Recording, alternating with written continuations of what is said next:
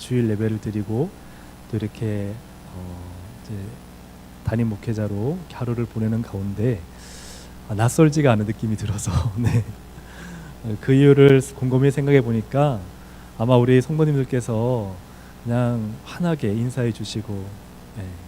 그치 항상 있었던 것처럼 맞이해 주셔서 그런 것 같습니다. 그래서 제가 좀 마음이 편안해지고 그래서 낯설지가 않구나 이제 그런 마음이 들어서 참 감사하고 그래서 우리 동성교회가 참 따뜻한 교회구나. 할렐루야. 아멘. 네. 칭찬하시니까 칭찬 들으시니까 좀 어색하신가요? 늘 듣던 말이라 그렇지 않으시죠? 네.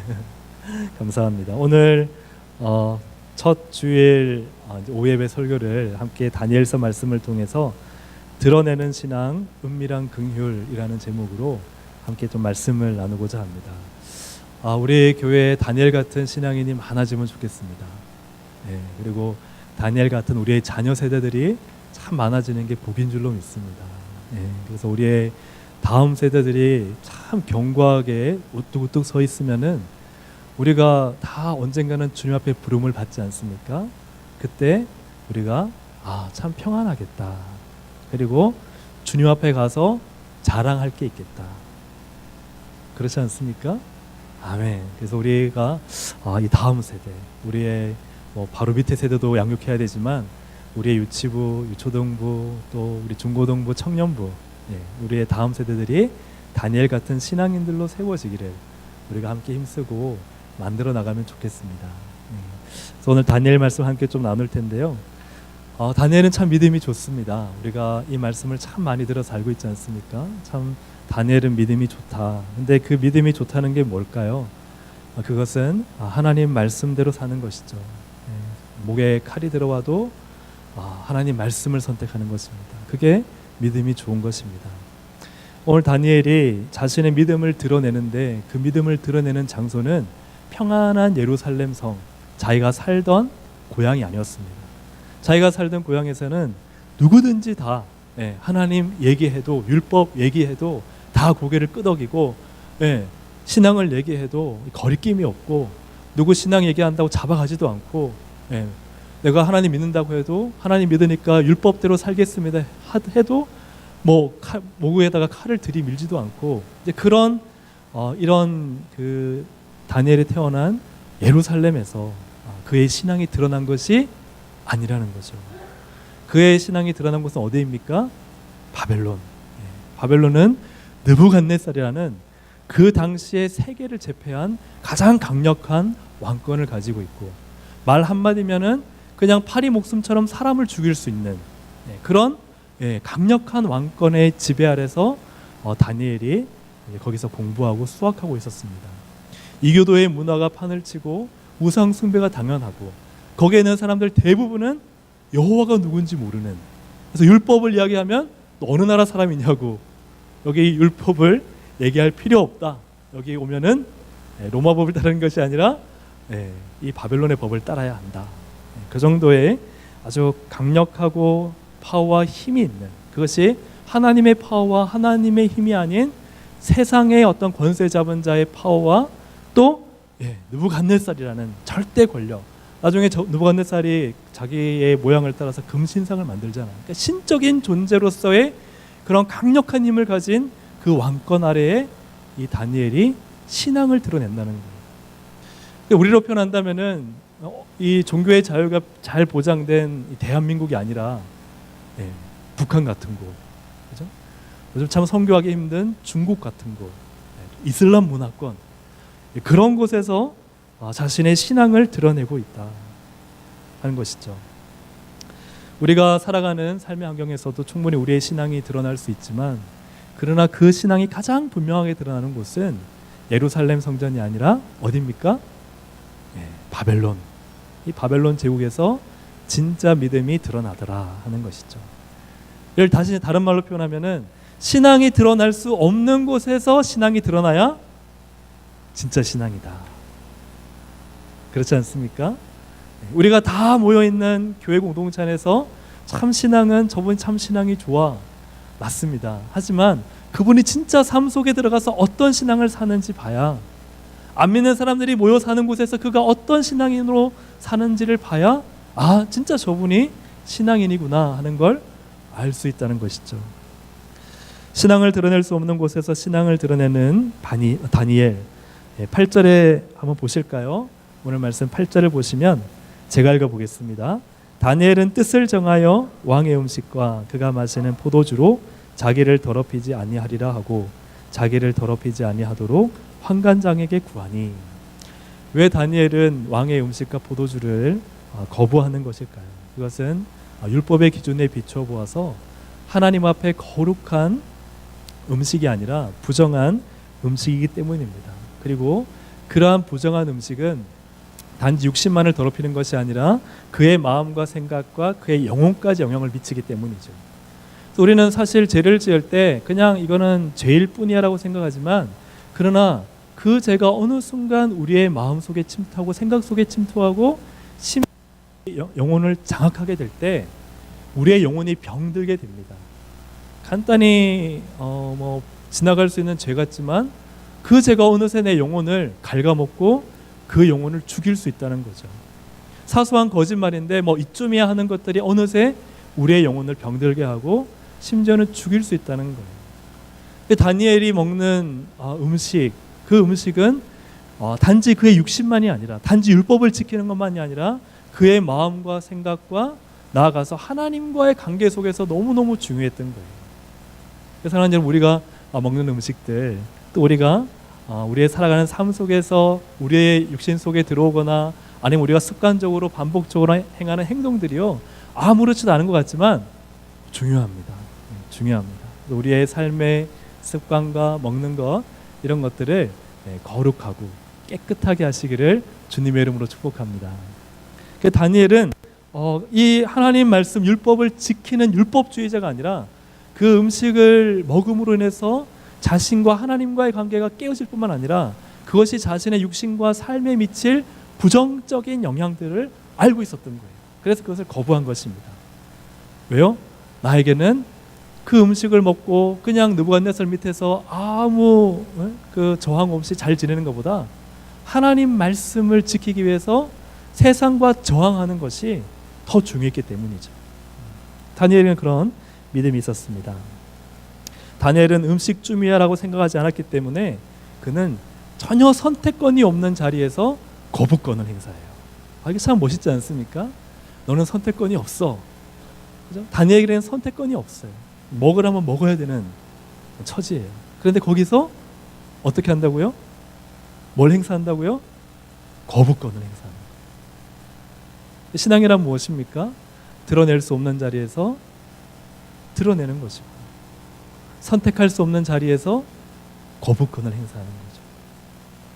세상이 우리에게 우리 청년들이면 주로 막 직장에 다니고 또 학교에서 주일날 모임도 있고, 또 우리 직장 다니시는 우리 장년층 같은 경우에는 또 어떤 업무나 프로젝트 때문에 참 이거 신앙을 지키기 위해서 이거 해서는 안 되는데 하는 거 있지 않습니까?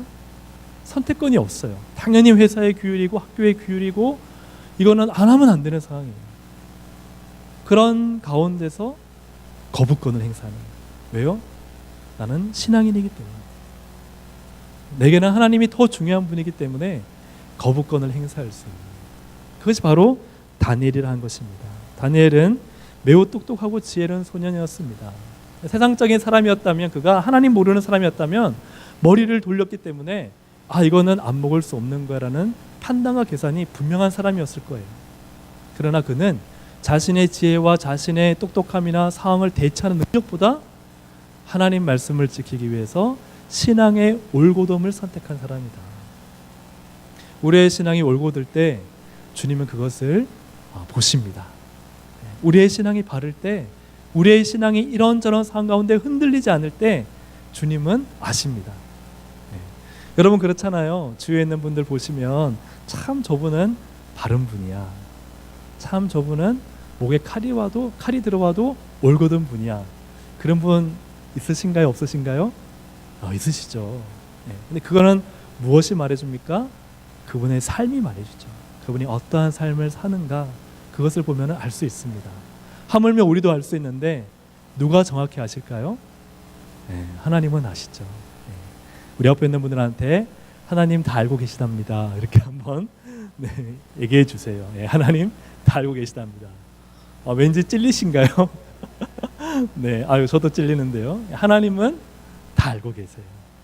우리가 어떤 선택을 하고 또 우리가 어떤 거부권을 행사하고 드러내야 될 때 우리의 신앙을 감추고 드러내지 못하고 있는 것까지도 하나님은 아십니다. 하지만 아무도 모를 때 그가 신앙을 드러내면서 삶에서 치열하게 믿음으로 사는 것을 주님은 아세요. 근데 교회 왔는데 그분을 아무도 몰라. 그분의 상에서 어떤 삶을 살고 어떤 믿음의 길을 걸어가는지는 아무도 몰라요. 하지만 누구는 아세요? 하나님은 아시는 거예요. 이게 얼마나 감사한 일입니까? 주님은 아신다. 그렇기 때문에 우리는 드러낼 수 없을 때 드러내는 믿음이 돼야 됩니다.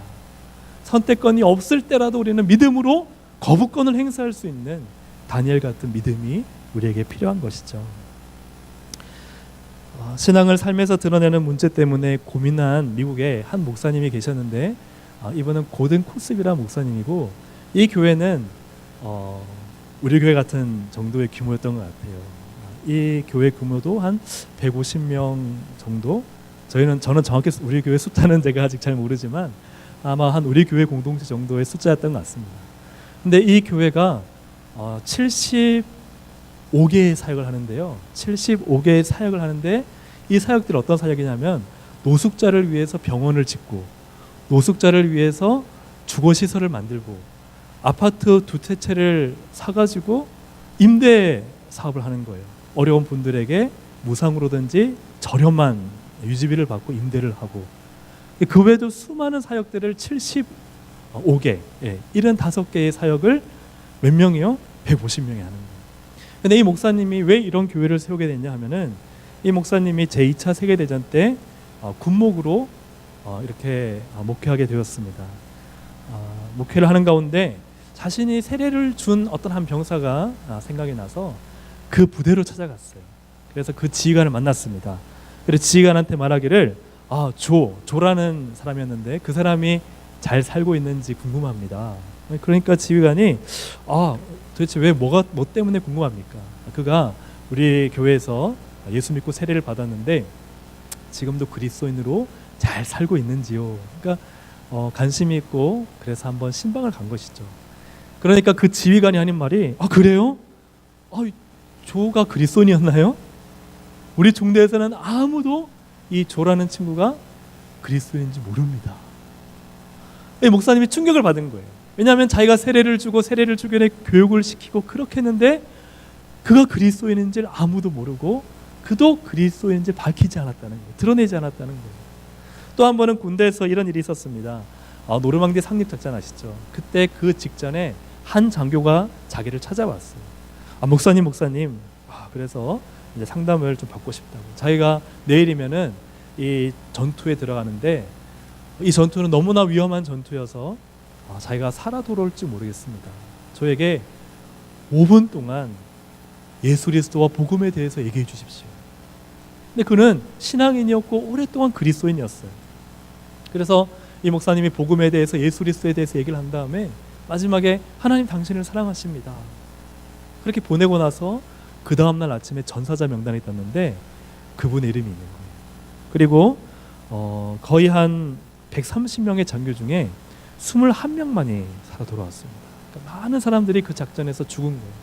그 가운데는 자기가 그렇게 그리스도인으로 신앙인으로 양육한 사람들도 많이 있었습니다. 그걸 통해서 이 목사님이 무엇을 깨달았느냐?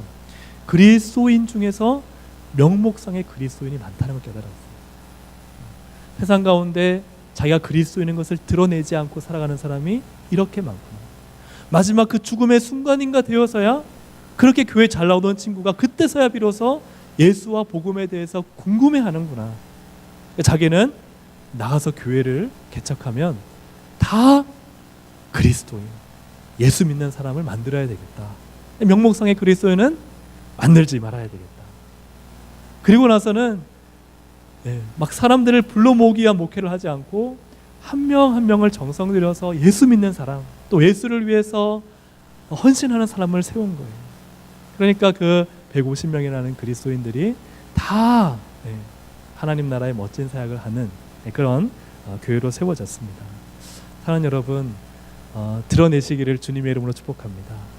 신앙은 드러나야 합니다. 지난 한 주간에 내가 그리스도인으로서 어떤 삶을 살았는지가 드러나야 합니다. 꼭 내가 옆에 있는 분한테 나 그리스도인이야? 나 교회 다녀? 그렇게 말하지 않더라도 내 안에서 예수의 향기가 흘러가야 합니다. 아멘. 그래서 예수의 향기, 빛과 소금의 삶, 그 삶이 오늘 우리 동성애 가족들 가운데 충만하시기를 주님의 이름으로 축복합니다. 이렇게 다니엘이 신앙을 드러낼 때 하나님은 긍휼을 베푸세요. 9절을 보겠습니다. 9절 말씀 함께 읽습니다. 시작. 하나님이 다니엘로 하여금 환관장에게 은혜와 긍휼을 얻게 하신지라. 아멘. 하나님이 은혜와 긍휼을 베푸셨어요. 다니엘이 목숨을 걸고 신앙을 드러낼 때 하나님은 자신을 드러내십니다. 하나님 제발 좀 드러내 주세요. 하나님 제발 좀 드러내 주세요. 그러면 하나님은 때로 우리에게 말씀하세요.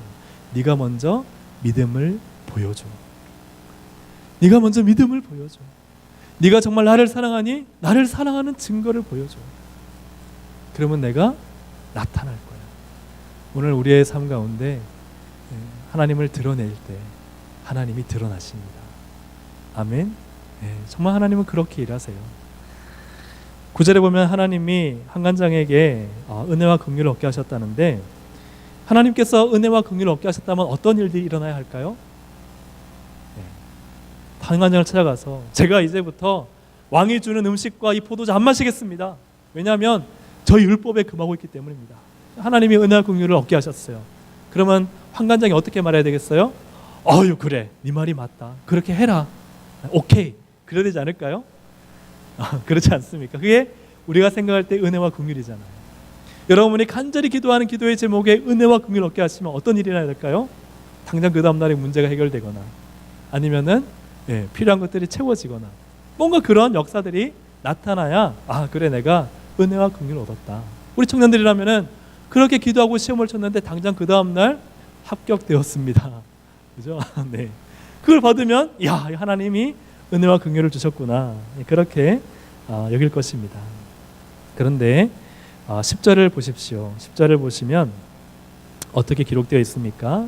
10절 말씀 함께 읽어볼까요? 시작. 환관장이 다니엘에게 이르되 내가 내 주 왕을 두려워하노라. 그가 너희 먹을 것과 너희 마실 것을 지정하셨거늘 너희 얼굴이 초췌하여 같은 또래의 소년들만 못한 것을 그가 보게 할 것이 무엇이냐. 그렇게 되면 너희 때문에 내 머리가 왕 앞에서 위태롭게 되리라 하니라. 아멘. 은혜와 긍휼이 맞습니까? 어떤 것 같아요? 지금 환관장이 예스 했어요? 아니면 노 했어요? 노 했죠. 야, 내 목이 날아나. 내 목이 날아가니까 지금 왕이 두렵고 떨려서 도저히 너가 원하는 것을 해줄 수가 없어. 이게 지금 환관장의 대답입니다. 그렇다면 무엇이 은혜와 긍휼일까요? 사랑하는 여러분, 우리가 하나님께 그렇게 기도하고 하나님 이거 해주세요, 이거 해주세요. 제가 믿음대로 살겠습니다. 제가 말씀대로 결단했습니다. 이렇게 세상과 부딪혔습니다. 하나님을 드러내기 위해서 거부권을 행사했습니다. 이렇게 부딪혔는데 돌아오는 대답은 예스가 아니라 노인 거예요. 여러분 그럴 때 있습니까? 없습니까? 있어요. 내가 믿음대로 살았는데, 믿음대로 기도했는데, 믿음대로 세상과 부딪혔는데, 그런데 환관장처럼 안 돼. No. 그럼 하나님 이게 무슨 은혜와 무슨 긍휼이에요? 그런 마음이 들 때가 있죠. 그럴 때 우리는 무엇이 은혜와 긍휼인가를 오늘 본문에서 찾아야 됩니다. 중요한 것은 이 환관장의 이야기를 들은 다니엘의 그 다음 행동이에요. 그 다음 행동이 무엇이 은혜와 긍휼인지를 보여줍니다. 다니엘이 어떻게 행동하나요? 다니엘이 이제 더 이상 환관장과 말씨름하는 것을 그만두고 누구를 찾아가요? 환관장 아래에 있는 자기 소년들을 감독하는 자를 찾아가요. 그리고 나서 열흘 동안 저희에게 뭘 달라고요? 채식을 주십시오. 그래서 얼굴이 삐까번쩍한지 기름이 짤짤짤 흐르는지 안 흐르는지를 보고 판단하십시오. 굉장히 구체적으로 또 정확하게 문제를 해결해 나가고 있죠. 그렇습니까? 안 그렇습니까? 왜 그럴까요? 왜 그럴까요? 환관장이 힌트를 준 거예요. 다시 한번 10절을 보세요. 10절을 보시면 제가 읽겠습니다. 내가 내 주왕을 두려워하노라. 그가 너희 먹을 것과 너희 마실 것을 지정하셨거늘 너희의 얼굴이 초췌하여 같은 또래의 소년들만 못한 것을 그가 보게 할 것이 무엇이냐.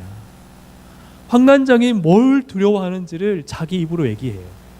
내가 소년들에게 해야 될 중요한 것은 그들의 얼굴이 반짝반짝 빛나는 건데, 만약 너희가 고기 안 먹고 그러다 얼굴이 거무죽죽하면 왕 앞에서 내 목이 날아간다는 거예요. 그때 다니엘은 은혜와 긍휼을 얻은 거예요. 하나님은 이렇게 우리에게 은혜와 긍휼을 주실 때가 있습니다. 직접적으로 문제를 해결해 주시기도 하시지만 때로는 굉장히 중요한 단서를, 그래서 내가 그 다음 해야 될 길들을 발견하게 해주시는 거예요. 그래서 주의 말씀은 내 발의 등이요 내 길의 빛이시니이다.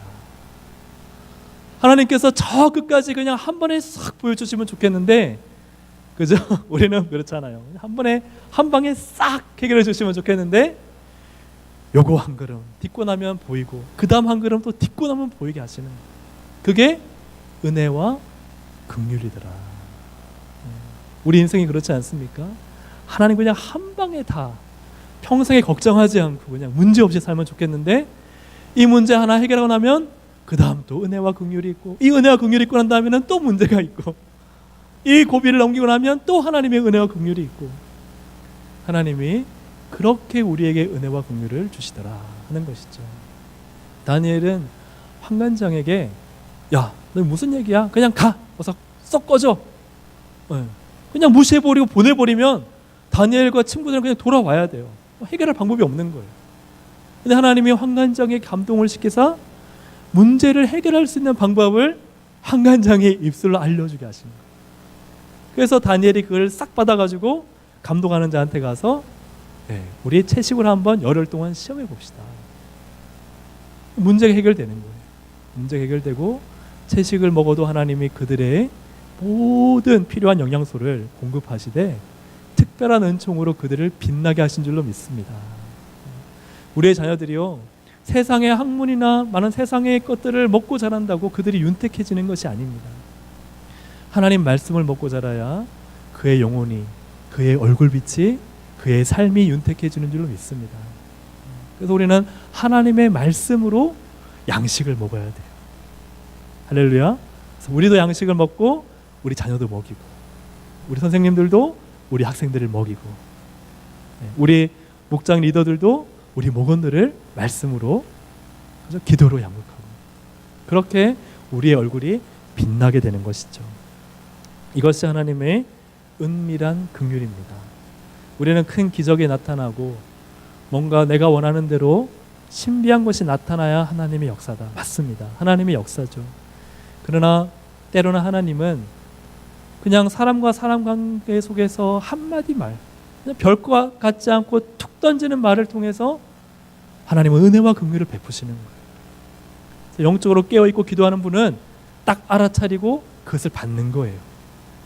그런데 그렇게 하나님 메시지를 주시고 단서를 주시고 힌트를 주셔도 영적으로 무뎌져 있으면 불평하는 거예요. 하나님 이게 뭐예요? 하나님 빨리 문제 해결해 주셔야지 왜 내 인생에는 이렇게 자꾸 꼬여가는 거예요? 왜 자꾸 막으세요? 야, 나는 자꾸 주고 있어. 계속 힌트를 주는데 너 왜 이렇게 못 알아듣니? 여러분, 깨달으실 수 있는 지혜로움이 있기를 주님의 이름으로 축복합니다. 다니엘이 딱 받아 먹었잖아요. 자기 거 삼아서 하나님 말씀을 지키니까 어떤 일들이 일어납니까? 오늘 말씀 17절을 보겠습니다. 17절 말씀 시작. 하나님이 이 네 소년에게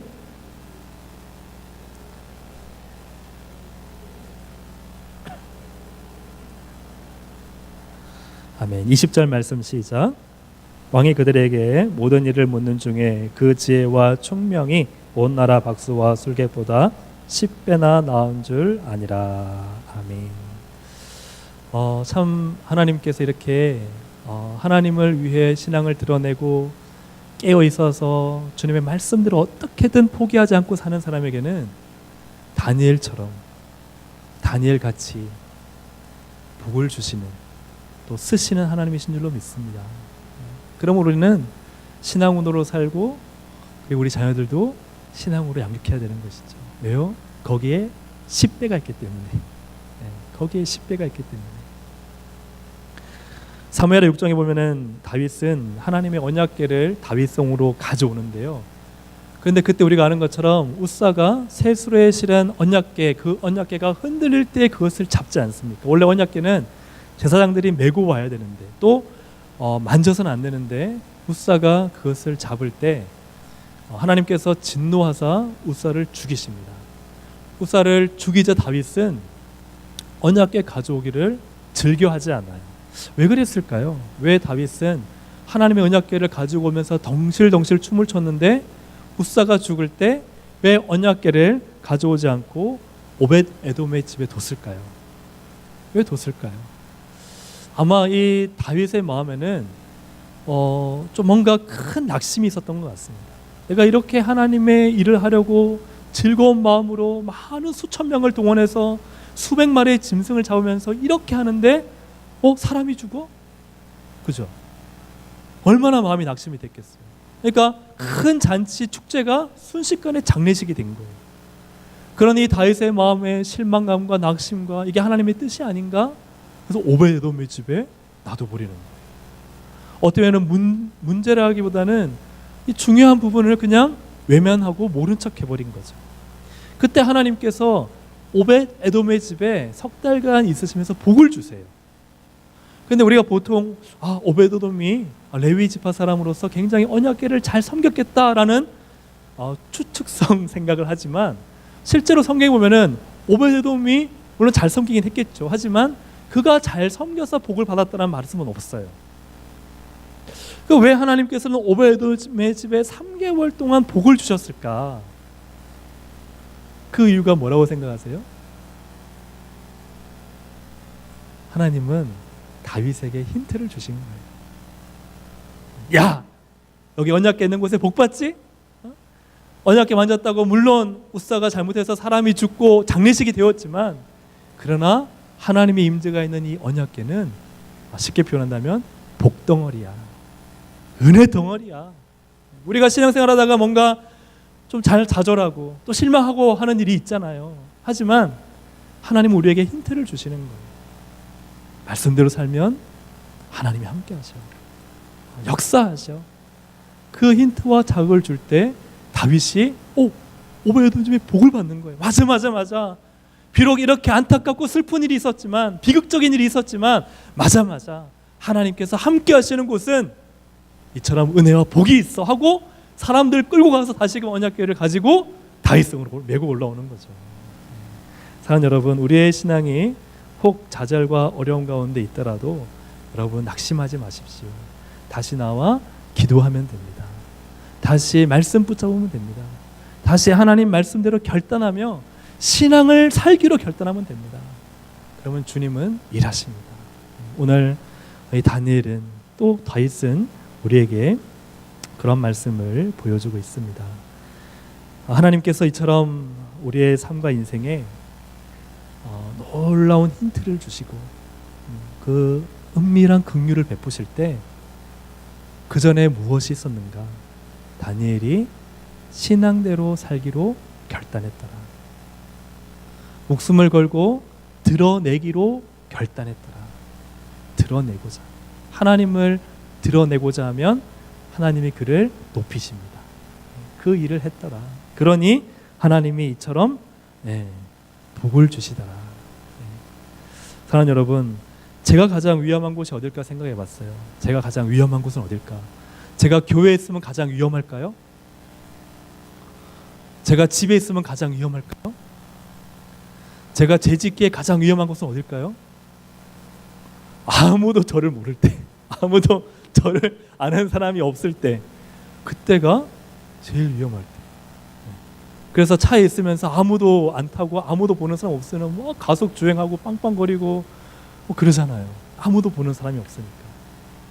아무도 보는 사람이 없을 때 사람은 가장 위험합니다. 성도는 가장 위험해요. 아무도 보는 곳 없을 때에 거기서 하나님을 찬양하고 예배하고 믿음대로 살면 주님은 아십니다. 그리고 세상의 많은 사람들 앞에서 우리가 그리스도인인 것을 떳떳하게 말하면서 그리스도인이 아닌 것처럼 살면 안 되고 떳떳하게 말하면서 진짜 그리스도인으로 살면 주님의 영광을 드러내는 것입니다. 그러면 주님은 그에게 영광을 주실 것입니다. 다니엘처럼 지혜와 총명과 은혜와 10배의 복을 허락하실 것입니다. 오늘 그 복 받는 우리 가정 또 우리 자녀들 그렇게 믿음으로 세워갑시다. 할렐루야. 아멘. 우리 함께 시간 기도할까요? 우리 함께 시간 기도할 때 하나님 드러내겠습니다. 신앙을 드러내겠습니다. 어떻게 믿음으로 사는 사람이라고 나 하나님 사랑한다고 드러내겠습니다.